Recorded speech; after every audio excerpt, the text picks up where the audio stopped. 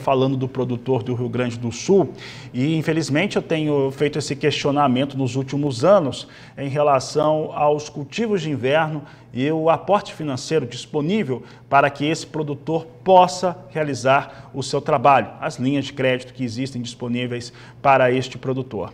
Para falar a respeito deste assunto, nós vamos conversar ao vivo pela internet com Antônio da Luz, ele que é o economista-chefe da Federação de Agricultura do Rio Grande do Sul. Antônio, obrigado pela sua participação aqui no Agricultura BR, no canal do Boi. Olha, temos um cenário que tem se mostrado nos últimos anos talvez mais complexo. Como é que está essa situação hoje do produtor gaúcho, esse que está com a soja nos campos, a colheita está ainda bem no começo, mas que vai fazer os seus cultivos de inverno também? Como é que ele se preparou, como é que ele conseguiu ter acesso ali aos insumos necessários para fazer esses cultivos? Boa tarde, seja bem-vindo. Boa tarde, Fabiano. Prazer estar contigo, toda a audiência do canal do Boi News. Olha, tá uma luta, né? Tá uma luta porque o crédito rural no Brasil inteiro, não é só aqui, ele está travado em virtude de termos um orçamento. Só para você ter uma ideia, Fabiano, aqui eu vou trazer um dado que nós ainda falaremos mais sobre ele, mas hoje nós estamos com aproximadamente 90% de todo o recurso para o ano inteiro que o governo tem de orçamento para dar conta do Pronaf, para dar conta do custeio dos demais produtores, os investimentos via BNDES, aproximadamente 90% do dinheiro que dá origem à possibilidade de alavancar crédito rural, de janeiro a dezembro, nós já tomamos. Já está todo gasto, está todo empenhado. Ou seja, não há recursos para terminar este Plano Safra, que termina em junho. O próximo Plano Safra, se não houver um remanejamento orçamentário e suplementação orçamentária, ele será um cheque sem fundo, é um cheque que não será compensado. Então, ou seja, o governo vai anunciar, mas não vai ter esse recurso. E no meio disso tudo está o produtor precisando comprar insumos para fazer a safra de inverno. O que nós temos percebido? Produtores interessados em fazer a safra de inverno, muitos necessitando fazer a safra de inverno, seja por questões de fluxo de caixa, seja para tentar minimizar um pouco as perdas que foram enfim, obtidas na safra de verão, com essa estiagem que nós sofremos e que perdemos uma boa parte da nossa safra, e se vê no inverno um meio de diminuir um pouco esse impacto e também melhorar as questões de fluxo de caixa. Entretanto, está muito difícil o acesso ao crédito, porque ele não tem. Então, quer dizer, não é que não tenha, tem aqui, acolá, muitos dos recursos que estão sendo são recursos livres. Quem está atendendo o produtor rural são os bancos e cooperativas de crédito com recursos livres, porque os controlados pelo governo, que dependem do orçamento, esses estão praticamente, basicamente travados no Brasil inteiro. Então, estamos nos virando do jeito que dá aqui no Rio Grande do Sul, com uma seca, colhendo uma safra de verão frustrada e batendo a porta dos agentes financeiros e tendo uma nova frustração, que é a ausência dos recursos controlados, que são em níveis de juros mais baixos do que aqueles praticados no mercado livre.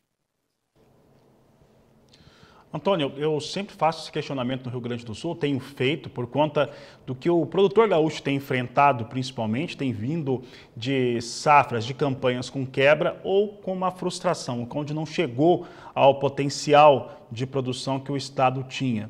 Em relação aos recursos de Plano Safra, propriamente dito, Antônio, dá para dizer que nós temos visto planos safras que não têm os recursos nas linhas disponível para atender o produtor brasileiro, ou até mesmo que o Plano Safra ele tem apresentado números até fictícios em relação aos valores disponibilizados para utilizar na agricultura brasileira? Fabiano, esse problema que você está trazendo, e muito bem, é um problema já antigo. Há bastante tempo nós temos falado desse assunto, inclusive com vocês do canal do Boi e a imprensa de uma maneira geral. O agronegócio, ele não consegue se financiar com o Plano Safra. O Plano Safra já foi sucesso, ele já foi suficiente. Hoje ele não é mais. Desde 2010 ele tem dado sinais de esgotamento. Inclusive, quando a ministra era Cátia Abreu, da Agricultura, não havia recursos, eu lembro bem, não havia recursos e foi feito um anúncio de um valor bem superior àquele que o orçamento permitia. Se abriu uma boca de jacaré no gráfico, né, entre o recurso anunciado e o recurso efetivamente tomado pelos produtores. Essa boca de jacaré só foi ser fechada pela ministra Tereza Cristina, que teve a retidão de anunciar aquilo que efetivamente havia. Só que hoje os grandes financiadores do agronegócio são os bancos e cooperativas com recursos livres e o mercado de capitais, através dos prazos safra que os produtores tomam nas revendas de insumo, nas cooperativas, nas tradings.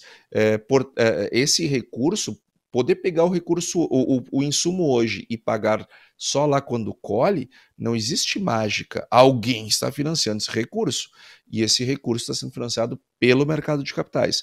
E os bancos e cooperativas de crédito, eles têm se esforçado para entregar um crédito o mais baixo possível dentro de linhas livres, absolutamente livres, sem controle nenhum por parte do governo.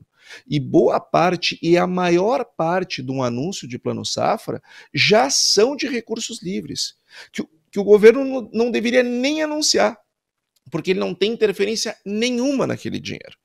Então, o anúncio do Plano Safra, ele está se tornando cada vez mais um anúncio meramente político e pouco útil para a vida dos produtores.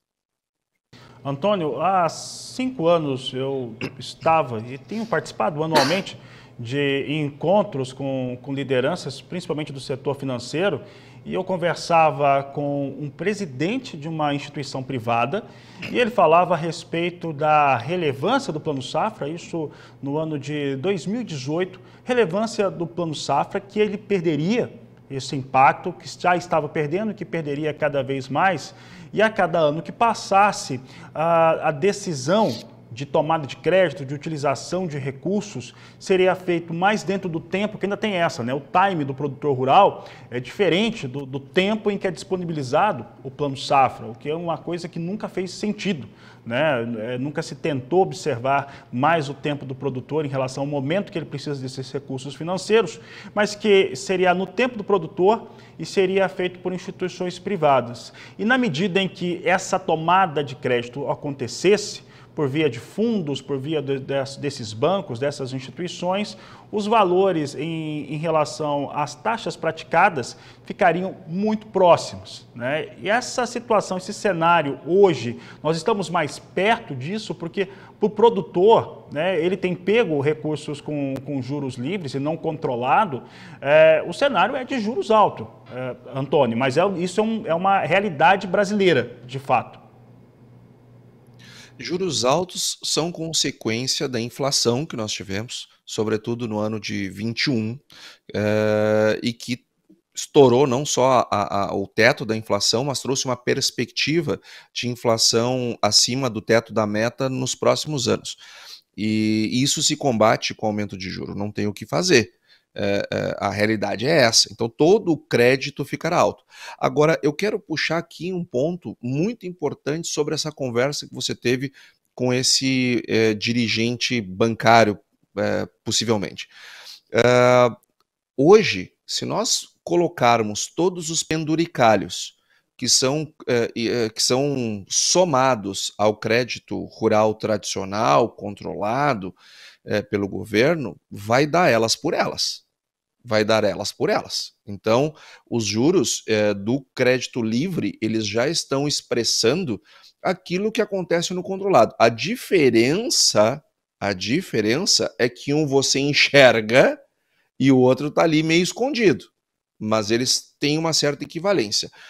E não é por acaso que está surgindo essa entrada toda de recursos do mercado de capitais. E aqui eu quero puxar um pouquinho a brasa para o assado da Confederação Nacional da Agricultura, da CNA, e as 27 federações, junto com a FPA, junto com a nossa bancada, junto com o governo, enfim, ninguém ficou parado enquanto o Plano Safra já dava sinais de esgotamento.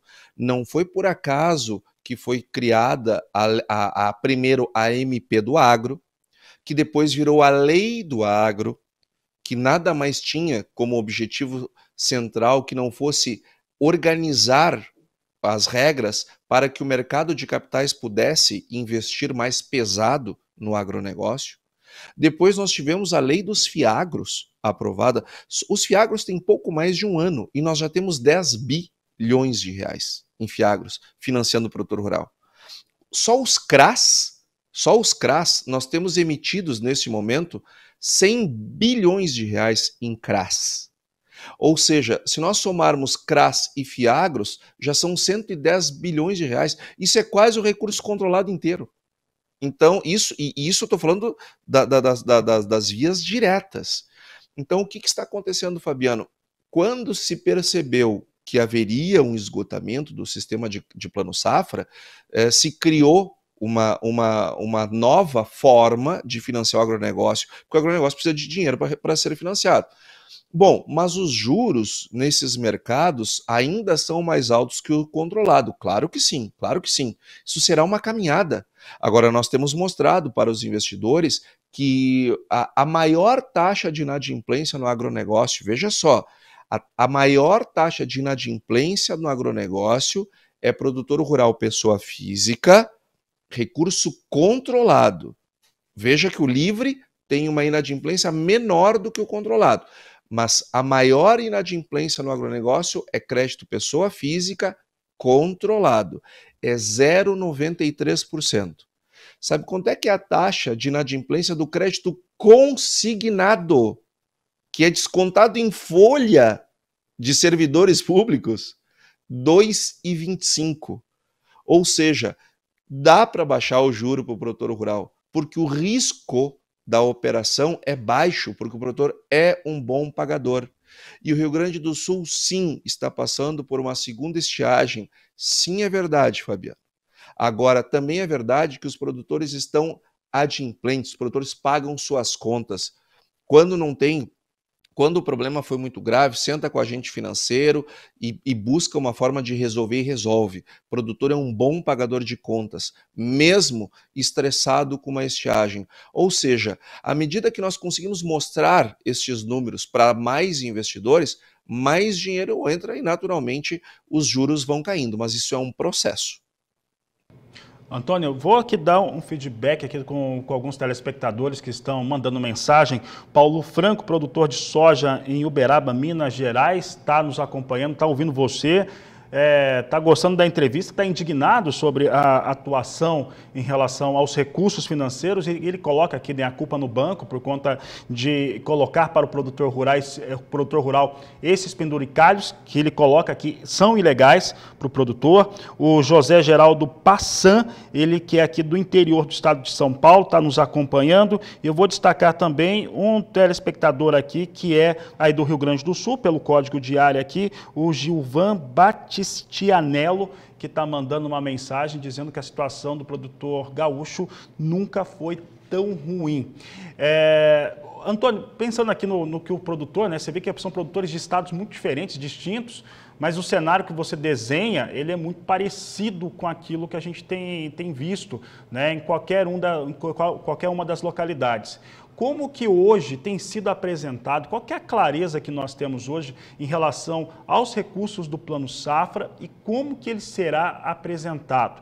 Pessoal das federações que são ligados às representações dos produtores tem sido consultado sobre alguma ótica em relação a este plano? Olha, nós temos um programa da CNA que é onde se vai em todas as regiões do Brasil e se coleta sugestões dos produtores rurais para ir para formar um caderno de propostas que será entregue para o governo. Se o governo vai usar ou não vai usar aquelas sugestões que nós demos, bom, é uma escolha dele. Agora, nós estamos mostrando como que o Plano Safra pode operar melhor, porque nós não fazemos isso de uma sala com ar-condicionado num escritório. Nós fazemos isso a partir da leitura que os produtores nos trazem. E veja, isto que eu estou falando está tendo eco na audiência, que é uma audiência de produtores, porque nada mais do que nós fazemos é coletar aquilo e as vozes daqueles que estão passando pelo problema lá na frente do gerente, na frente daquele que lhe atende no banco ou na cooperativa de crédito. E o Paulo mesmo trouxe essa questão dos juros, e é isso mesmo, Paulo, você tem razão. Nós temos um monte de penduricalhos que termina ficando até mais caro. Muitas vezes o crédito dependendo do tomador. E também nós tivemos aqui o produtor gaúcho aqui, falando da situação do Rio Grande do Sul. A situação do Rio Grande do Sul realmente muito grave. Eu trabalho há 24 anos no agronegócio e eu nunca vi termos 2 estiagens seguidas como esta que nós estamos vivendo. Agora, eu acredito no produtor gaúcho, eu acredito no setor que eu escolhi para trabalhar ao longo da minha vida, eu acredito no que nós estamos fazendo. Então, eu acredito que essa pessoa, esse produtor que está hoje com uma situação complicada, difícil, esse cara tem a economia gaúcha vive a partir do trabalho dessas pessoas. São essas pessoas, não só os gaúchos, mas também os paranaenses, os mineiros, os paulistas, os catarinenses, enfim, que fizeram todo esse oeste brasileiro quando não era nada. Ou seja, eu quero dizer que nós já passamos por situações muito mais difíceis e os produtores venceram. E se tem uma aposta para se fazer na vida com grandes chances de acertar, é apostar no produtor rural. Então eu acredito que é um momento muito difícil sim, mas é um momento que nós vamos superar.